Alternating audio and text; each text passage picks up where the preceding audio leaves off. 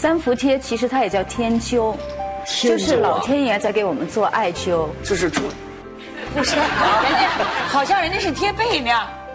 对，以背面为主啊，所以三伏贴其实呢，怎么贴呢？是在三伏天的时候呢，我们用做好的这个膏药，然后贴在这个人体的特定的穴位上，这样起到一个冬病夏治的效果，这个叫做三伏贴。哦，就是具体是什么时候贴？好像就是说这个。